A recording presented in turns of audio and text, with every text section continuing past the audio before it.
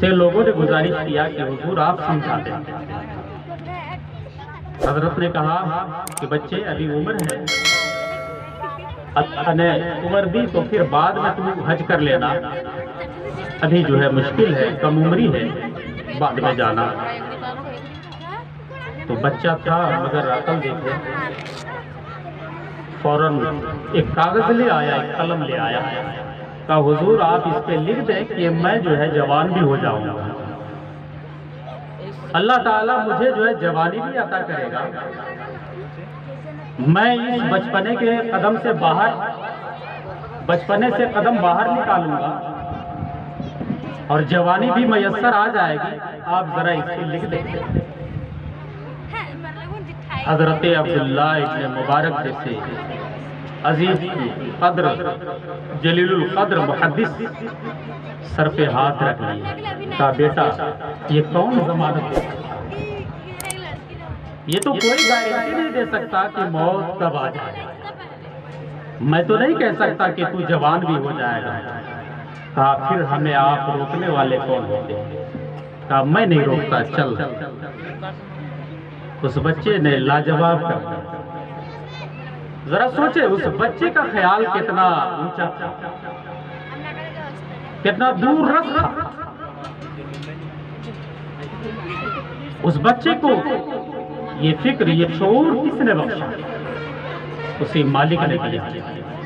آج ہم بوڑھے ہو کر کے بھی، جوان ہو کر کے بھی سوچ رہے ہیں کہ ہمیں مہلت ملے گی، ہم کس گمان میں ہیں؟ موت تو کتنی قریب ہے، اللہ اکبر۔ آپ اندازہ لگا لیں اپنے سوسائٹی کا، اپنے گاؤں کا، اپنے ماحول کا جائزہ لے لیں تو آپ کو بوڑھے بہت کم نظر آئیں گے، جوان زیادہ نظر آئیں گے۔ جوانوں میں سروے کریں تو جوان کم نظر آئیں گے، بچے زیادہ نظر آئیں گے۔ جس کا مطلب کیا ہے؟ مطلب یہ ہے کہ بچے تو بہت ہوتے ہیں لیکن بچے جوانی تک پہنچنے سے پہلے دنیا سے رخصت ہوتے ہیں۔ بے شمار بچے ایسے ہیں جو جوانی کی دہلیز پہ قدم نہیں رکھ پاتے اور دنیا کو خیر آباد کہہ جاتے ہیں۔ کتنے جوان ایسے ہیں جو منزل نہیں پہنچ پاتے، منزل طے نہیں کر پاتے اور جوانی ہی میں وہ دنیا کو چھوڑ دیتے ہیں، دنیا سے چل بستے ہیں۔ ہم کس شعور میں ہیں کہ ہمیں جو ہے جوانی ملے گی، ہمیں بڑھاپا ملے گا، ہم جو ہے ایک وقت آئے گا کہ ہم جو ہے اس دنیا کے جھنجھٹ سے نکل جائیں گے؟ نہیں یارو، اگر آپ کو اللہ نے شعور دیا ہے اور اللہ تعالیٰ سے توفیق مانگی، شعور مانگی، مولا کریم ہمیں شعور دے، اور جو کل کرنا ہے وہ آج کیجیے، آج جو کرنا ہے وہ ابھی کیجیے، تب آپ کامیاب رہیں گے۔ اور اگر آپ نے یہ کہا کہ ہم ظہر سے نہیں جمعہ سے نماز شروع کریں گے، نہائیں گے دھوئیں گے، تو جمعہ کو کس نے دیکھا ہے، کل کو کس نے دیکھا ہے؟ کوئی گارنٹی نہیں ہے ابھی۔ صحابہ کرام کا مجمع ہے، رسول گرامی وقار صلی اللہ علیہ وسلم ہے، اور ہم اور آپ کی تعلیم کے لیے میرے آقا فرماتے ہیں میرے صحابی بتاؤ تم موت کو کتنا قریب دیکھتے ہو؟ یا رسول اللہ، ایک صحابی عرض کرتے ہیں موت کو اتنا قریب دیکھتے ہیں کہ ہم نے اگر ظہر کی نماز پڑھی ہے تو ہمیں امید نہیں ہے کہ ہم عصر کی نماز پڑھ لیں، ہم اتنا قریب دیکھتے ہیں موت کو۔ میرے آقا فرماتے ہیں لا، نہیں تو نے بڑی لمبی امید کی، یہ ظہر اور عصر کا فاصلہ کتنا ہے؟ ایک دوسرے صحابی کھڑے ہوتے ہیں، عرض کرتے ہیں یا رسول اللہ، میں یہ کہتا ہوں کہ میں نے اگر عصر کی نماز پڑھ لی ہے تو گارنٹی نہیں ہے کہ میں مغرب کی نماز پڑھوں، کیونکہ اس میں بڑا کم وقت ہوتا ہے، بڑا فاصلہ کم ہوتا ہے۔ رسول گرامی وقار فرماتے اللہ، نہیں تو نے بڑی لمبی امید کی، زندگی کو بہت لمبی سمجھ لیا، موت کو بہت دور سمجھ لیا، ایسا نہیں۔ ایک صحابی رسول کھڑے ہوئے، یا رسول اللہ، میرا خیال تو یہ ہے کہ میں نے اگر 2 رکعت کی نماز میں 1 رکعت کو ادا کیا ہے تو مجھے امید نہیں کہ میں دوسری رکعت بھی پورا کر پاؤں گا یا نہیں۔ اتنا قریب کر کے انہوں نے جب عرض کیا، رسول گرامی وقار نے فرمایا لا لا نہیں، یہ تم نے بڑی لمبی امید مانگی، لمبی زندگی سمجھ لیا۔ سوچیں ہمارا ایک رکعت اور دوسری رکعت کے ادا ہونے میں کتنا فاصلہ ہے، مگر رسول گرامی وقار اس کو بھی منظور نہیں کرتے، یہ بھی بہت لمبا سمجھا۔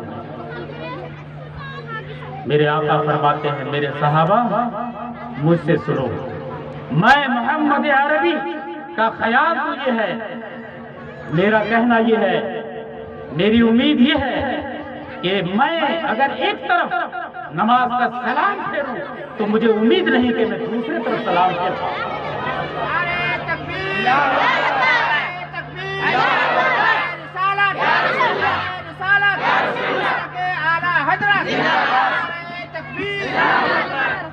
مجھے تو اتنی بھی امید نہیں ہے کہ ایک طرف سلام پھیرا ہوں تو دوسرے طرف بھی میں سلام پھیر پاؤں گا، میں اتنی بھی مہلت نہیں سمجھتا، زندگی کو میں اتنا بھی دور نہیں سمجھتا، موت کو اتنا دور بھی نہیں سمجھتا۔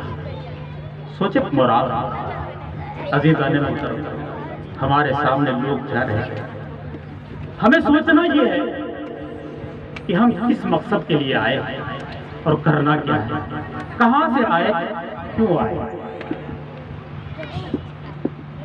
عالم 5 علماء فرماتے ہیں، عالم 5 دنیا یہ کہہ لیجئے، عالم 5 حالات 5، عالم ارواح، عالم دنیا، عالم برزخ، عالم حشر، اس کو عالم قیامت کہہ سکتے ہیں، اور عالم آخرت، یہ 5 عالم ہیں۔ ہمیں اللہ نے عالم ارواح میں عدم سے لایا ہے ہستی میں، عدم سے لایا ہے وجود میں ہستی میں۔ کس لیے لایا ہے وہ ایک الگ موضوع۔ اللہ تعالیٰ نے ہمیں عدم سے عالم ارواح میں لایا، ورنہ ہم تو کچھ نہیں تھے، لا شے محض کچھ بھی نہیں۔ اللہ کا کرم ہے، اللہ چاہتا تو ہمیں پیدا نہ کرتا۔ آج کتنے لوگ ہیں، کتنی چیزیں ہیں جو عالم وجود ہی میں نہ آئے، ہم تو وجود میں آ گئے، عالم ارواح میں آئے اور عالم ارواح میں لایا۔ عالم ارواح سے فضل فرمایا، کرم فرمایا۔ دیکھیں کرم والا ہے کرم کہ ہمیں والدین کے وسیلے سے عالم دنیا میں، ہم عالم ارواح میں تھے، ہمیں وہاں وعدہ لیا گیا، الست بربکم، کیا میں تمہارا رب نہیں؟ مولا بلا، کیوں نہیں، تو ہمارا رب۔ رب تبارک تعالیٰ نے ہمیں عالم دنیا میں آیا، ٹھیک ہے، تو صرف زبان سے بولتا ہے کہ کس سے بولتا ہے؟ رب تو سب کچھ جانتا ہے، کون کیا کرے گا، مگر ہماری آزمائش، خلق الموت والحیات لیبلوکم ایکم احسن عملا۔ اللہ تعالیٰ نے ہمیں عالم وجود میں لایا ہے، عالم دنیا میں لایا ہے، عالم ارواح سے ہماری پیدائش ہوئی۔ اللہ اکبر، کتنا بڑا احسان ہے اللہ کا، ہمیں انسان کی شکل میں پیدا کیا۔ لقد خلقنا الانسان فی احسن تقویم کا تمغہ ہمارے سروں پہ رکھا، ہمیں انسانیت کا شرف بخشا۔ وہ مالک ہمیں وجود بخشتا، لیکن چاہتا تو ہمیں جو ہے کچھ بھی تو بنا سکتا تھا۔ ہزاروں مخلوقات ہیں اللہ کے، جانور ہیں، مچھر ہیں، مکھی ہیں، طرح طرح کی چیزیں ہیں، پتھر ہے، پیڑ پودے ہیں، مگر بے جان نہ بنایا، ہمیں جاندار بنایا، ہمیں وجود بخشا، ہمیں جان دیا اللہ تعالیٰ نے۔ اور جان دیا تو جان میں بھی تو جاندار بہت تھے، چوپایا بنا دیتا، کچھ بھی بنا دیتا، لیکن مالک تیرا طرف ہے، تو نے ہمیں کچھ اور نہ بنایا، ہمیں بنایا تو اشرف المخلوقات، سارے مخلوق میں سب سے بہتر بنایا۔ یہ کتنا بڑا کرم ہے اللہ کے، اس ایک کرم پہ، ایک احسان پہ ہم قربان ہیں۔ اگر دن رات آپ سوچتے رہے تو پھر سوچتے سوچتے قیامت آ جائے گی، سر کو سجدے سے قیامت تک آپ اٹھانا گوارا ہے۔ اگر آپ اس حقیقت کو غور کر لیں کہ رب تعالیٰ نے کتنا بڑا احسان کیا کہ ہمیں وجود بخشا، جان دیا، اور جانداروں میں بھی ہمیں اشرف المخلوقات بنایا، ہمیں اشرف المخلوقات بنایا۔ مالک نے تو کر دیا، مگر کام اب ہمارا۔ جب اشرف المخلوقات بنایا گیا تو ایک اشرف المخلوقات کا تقاضا کیا ہے؟ ذرا سوچیں، سارے مخلوقوں میں جو بہتر ہے اس مخلوق کی حیثیت کیا ہونی چاہیے، اس کا کردار کیا ہونا چاہیے، اس کا عمل کیا ہونا چاہیے؟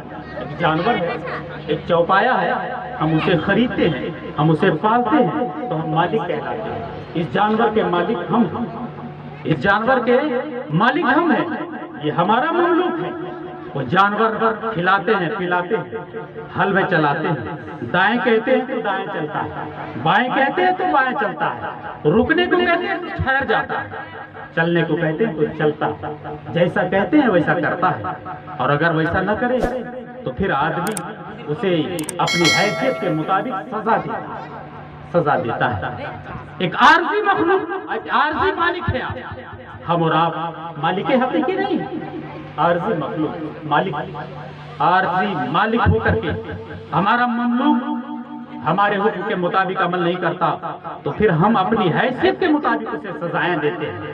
سوچیں ہم اور آپ، ہم جو ہے وہ جانور نہیں، ہم اشرف المخلوقات ہیں، اور ہمارا مالک حقیقی ہے جس نے ساری چیزوں کو پیدا کیا ہے۔ کوئی عارضی مالک نہیں، مالک حقیقی ہے، اس نے ہمیں پیدا کیا اور ہمیں وہ صرف کھانے پینے تو نہیں دیا، ساری نعمتوں سے نوازا۔